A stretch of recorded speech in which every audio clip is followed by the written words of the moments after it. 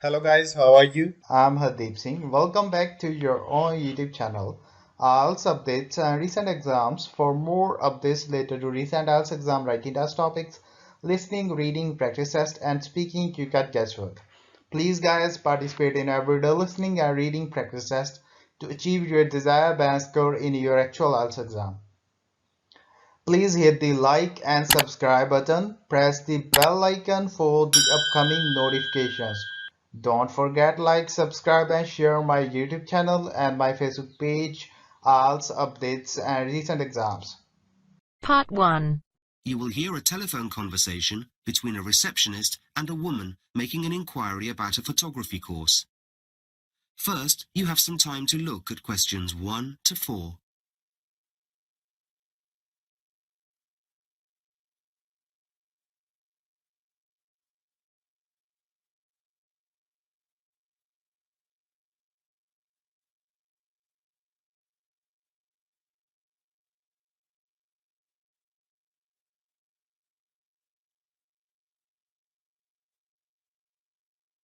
Listen carefully and answer questions 1 to 4.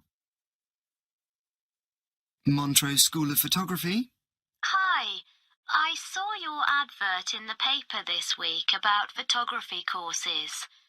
I just wondered what level the course is. Is it for professionals or... Well, we run courses for all levels, right up to advanced. As we're almost at the start of term, most of the courses are full, but we do have a few places on the course for beginners, which is the one you saw advertised. Oh, great. That's what I was looking for. It is a part-time course, isn't it? On Monday evenings. That's right. It's from 8 to 10 p.m. We run the same course on Tuesday afternoons in the summer, but not at this time of year. Okay. And it starts on September the 9th. Is that right? Or is it the 16th? Actually, the course itself starts on the 23rd, but before that, we're holding a taster session on the 16th. That's when you can come along and see whether the course is something you might be interested in before you invest your money in the whole 10-week course. Oh, that's a good idea. And is there a charge for the taster session? Yes, it's £25 for the 3-hour introductory session. The full programme is £215 for 10 2-hour sessions, which comes to £21.50 per session. Sounds good. You're a bit cheaper than some of the other schools I've spoken to in the area. Are you still on London Avenue? The main school is, yes, but the studios where your course will take place are on Crabtree Road. Oh, right. Can you spell that for me? Yes, it's CRABTREE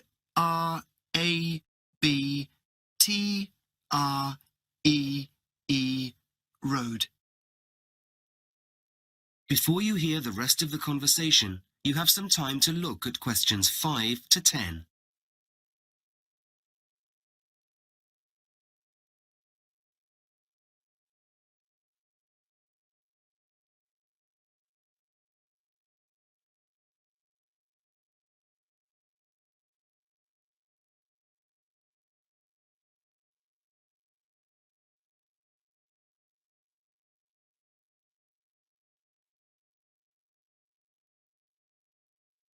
Now listen carefully and answer questions 5 to 10.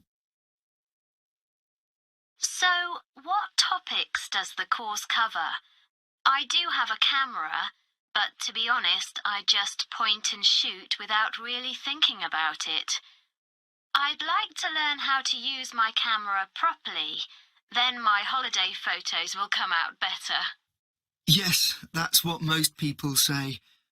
Well, the course starts with an introduction to digital photography, as you might imagine. We don't cover the use of manual cameras on this course. Most people don't want that anymore, though if you are interested, we do run specialist courses for that. No, I'm not bothered about that. What I'm interested in is how to take good photos of, well, everything really, not just people. Well, the course covers that, of course, but also buildings and nature. We work on developing you as a photographer. You'll learn about how your camera works and also how to develop your own style. That's what will make your work more interesting. Oh yes, I can see that. And what about trips? Getting out and about with our cameras, taking photos of things. Is that something you organise? Yes, we do 2 optional trips, which generally take place at the weekend. These are part of the course, but you don't have to attend if you can't or don't want to, or whatever. One of them is aimed at photographing people going about their daily routines in the street, observing them shopping and so on in the centre of the city. That's just for an afternoon. The other trip is a full day. We take you to photograph birds and animals in the country park. Oh, that sounds fun. Actually, I've been along to your school before to see some of the student exhibitions. We'll display your work too at the end of the course. That's if you decide to do it. We have a little exhibition where members of the public can come along and vote for their favourite photo. That's in our gallery. The winner can choose between getting a discount on another course or some designer photo frames to display their work. Great. Well, I'm definitely very interested. What do I need to do to register for the taster session? Do I need to come along to the school? You can book a place now over the phone and just come along at 7 o'clock. Great. Yes, I'd like to do that, please. That is the end of part 1. You now have half a minute to check your answers.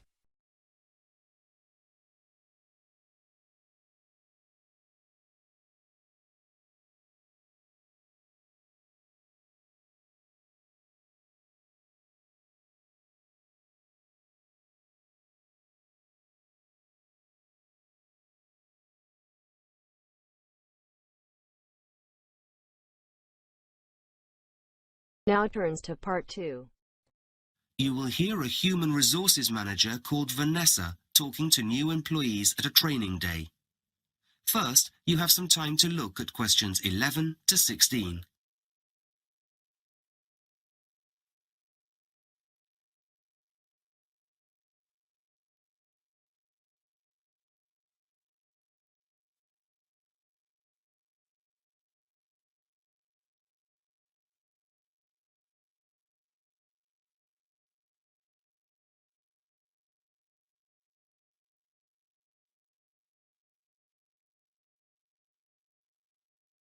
Now listen carefully and answer questions 11 to 16. Welcome, everyone, and thank you for attending this training day for your new job here at Torby Hotel. My name's Vanessa Marks, and I'm the Human Resources Manager. You'll all be employed in different roles, and I'm sure you'll enjoy them. The training day will consist of 2 sessions this morning and another 2 this afternoon, with coffee breaks in between. We'll start the morning session by showing you around, and then we'll come back to this room. Torby Hotel has been open for over 20 years, and we pride ourselves on offering an excellent quality service. Many hotels say they want their customers to feel as comfortable at the hotel as they are in their own home. We think people want to feel like they're away from it all, and we provide our visitors with a personal service and a bit of luxury they wouldn't normally have, which is what keeps them coming back. And it's just as important to us that our employees are as happy as our guests, so I'm sure you'll find the team friendly and supportive. Now, I'm afraid there'll be a bit of form filling to do today. You should all have received a new employee pack through the post containing your contracts of employment by now. If you haven't, let me know. That should be signed and posted back to us. There's a medical questionnaire I'm going to hand out in a moment. You can leave that with me. And don't forget to send in your bank details form if you want to get paid. That should also be in the pack. Obviously, health and safety is a very important issue in the workplace, and it's something we take very seriously here. We had planned to have a short talk, as usual, from our health and safety officer. He's actually off work at the moment, though, so he's left us a film to watch, which we'll do after looking at the employee's guide. This explains all the details of your employment, such as holidays, working hours, and so on. It shouldn't take long to look at. We'll take a break for lunch at about midday, and then we'll move on to some team-building exercises. You all have different life experiences, and I know that for some of you, this is your first ever job. So it's important to know something about who you're working with. Teamwork is essential when it comes to things like dealing with complaints from customers, for example, and feeling confident about turning to your manager for support when you need it. I'm sure you'll have lots of questions about your role, so we'll end the day with a question and answer session. I'll also tell you what to expect on your first day of work. You met your line manager when you came for your interview, and on your first day, he or she will introduce you to the rest of your team, provide you with your uniform, and so on. The following day, you'll take up your duties. Before you hear the rest of the talk, you have some time to look at questions 17 to 20.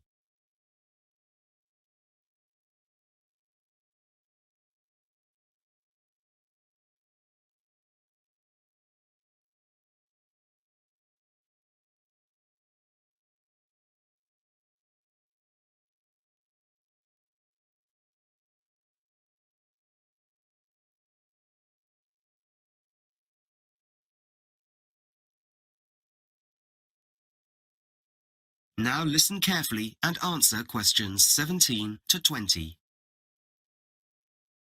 We want our customers to enjoy every minute of their stay at Torby Hotel, and that's why we take pride in providing the best possible service. You've all been offered your jobs because we think you've got what it takes to do that. Being honest, punctual, and reliable are important in any job. In the hotel trade, what makes an employee stand out is their ability to anticipate what guests need before they ask for it. This is essential to great customer service. Also, if customers do ask for something, make sure you know exactly what they've asked for. We're an open-minded team, and we know that making mistakes is an everyday part of working life. And as long as you learn from the experience so you don't repeat it, your manager will be happy. We're always ready to listen to any ideas you might have about improving our service as well. So, that's what we expect from you. What can you expect from us? Well, there are lots of benefits to working here at Torby Hotel. We pay a higher salary than most hotels in the region and allow our employees longer holidays at full pay to show how much we appreciate the work you do. In addition to this, you can take advantage of our facilities, such as the gym and swimming pool, at a discounted price. Meals are provided free of charge during your shift in the staff canteen, but we hope you'll eat in our restaurant at some point, too. No reduced prices there, I'm afraid. We used to provide free accommodation at the hotel for anyone working away from home, but we recruit locally now.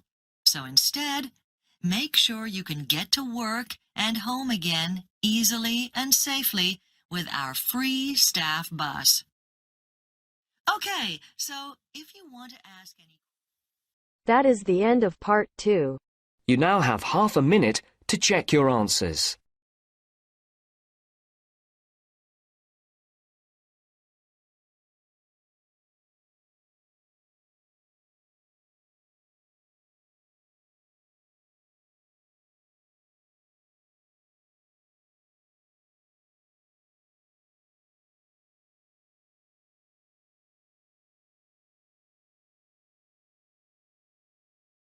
Now turns to part 3. You will hear an interview with Dr. Simons. Now you have some time to read questions 21 to 30.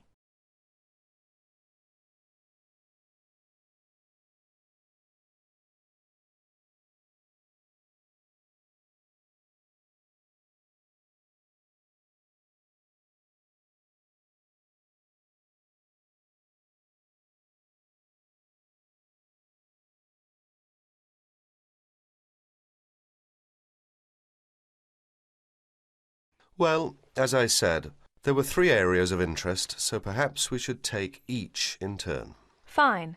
Let's take the medical and physical evidence first. Well, first of all, life expectancy.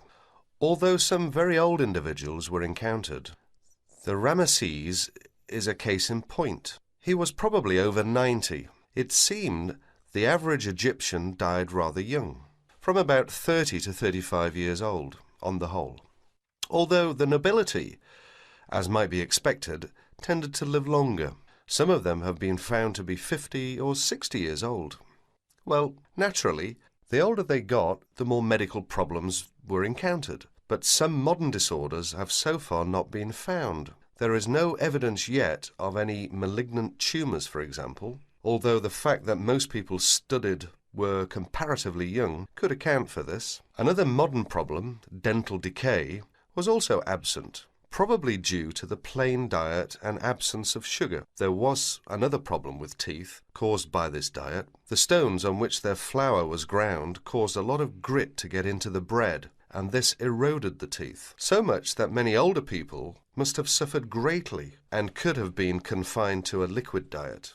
An abscess on the jaw caused by this kind of erosion may in fact have contributed to the death of Ramesses II. Analysis of the internal organs of several mummies has revealed that intestinal parasites were common, even among the upper classes. Evidence of a generally low standard of public hygiene and another widespread disorder was a form of anemia. Naturally, the ancient Egyptians didn't smoke, but lesions on the lung were widespread. These, however, are the sort that we associate today with workers in mines and quarries, and must be due, in the case of Egyptians, to living in sandy desert conditions. Actually, on the smoking issue, there was a temporary sensation when traces of what appeared to be tobacco were found in Ramesses' sarcophagus, but botanists later confirmed that it was not in fact tobacco itself, but a related plant which is native to Egypt. In the meantime, cynics were commenting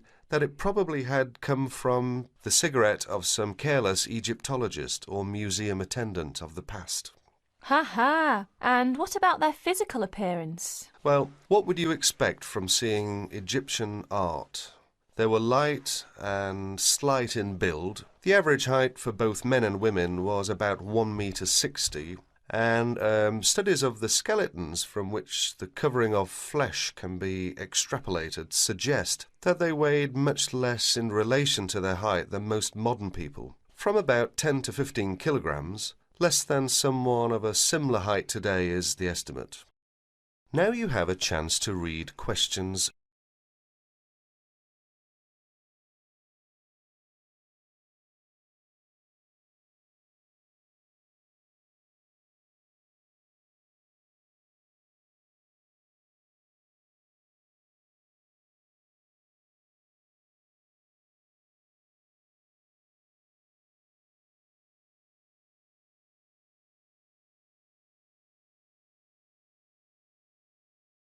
And what about mummification? Well, the first thing to be said is that it wasn't always done in the same way, and it was by no means infallible, as many people tend to think. Many bodies, including that of the famous King Tutankhamun, were also entirely destroyed by overuse of one or another of the substances generally employed. The basic procedure was much the same, however. Most of the internal organs, including the brain, were removed and preserved separately in a jar. The brain was got out through the nose using a sort of hook. Oh dear. Yes, it used to be thought that the heart was always removed too, but in the case of Ramesses it was found in place. The body was then immersed in a substance called natron. That's a form of sodium carbonate, which occurred naturally in Egypt, for 40 to 70 days. It was then washed, made up and wrapped in linen bandages and placed in its coffin or sarcophagus. Then it was soaked in oils, resins and perfumes to help preserve it further. You said the body was made up. Do you mean its face was painted? Yes.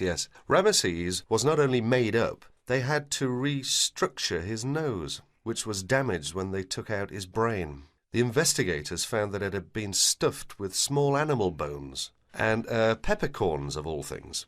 His hair had been dyed too. You said that Ramesses had suffered other adventures after his death? Well, yes. Poor chap. Well, for a start, he was found in a much later tomb than his real date. Along with a lot of other pharaohs, it looks very much as if the priests of later times had moved and reburied him to save him from tomb robbers. His body was transported, along with the other pharaohs found in the same tomb, to the Cairo Museum. That was in 1871, and it was put on display. Well, naturally, removed from the dry desert atmosphere, his body started to deteriorate, and by the 1970s was in very poor state. That was part of the reason why the Egyptian authorities gave their consent for its temporary removal to Paris for study. Yet another upheaval. The French experts aimed not only to carry out an investigation, but were also able to apply the latest techniques of restoration and conservation, so that at the end of the study, Ramesses was specially treated and then rewrapped in new bandages. Well, they weren't exactly new, since they were of ancient Egyptian date, given a new sarcophagus and carefully transported back to Cairo, where he is now kept in a controlled environment, which should slow down the deterioration process. So, as I said at the beginning, not only was science served, but a proper respect was paid to the remains in the end. Exactly. That is the end of part 3. You now have half a minute to check your answers.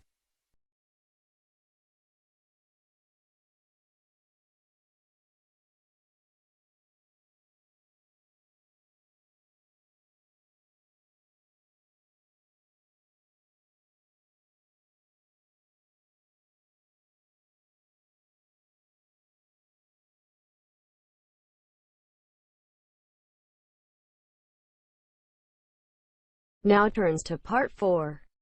You will hear a talk given by Don Parker, an expert on computer security, about the computer criminals. First, you will have some time to look at the notes below.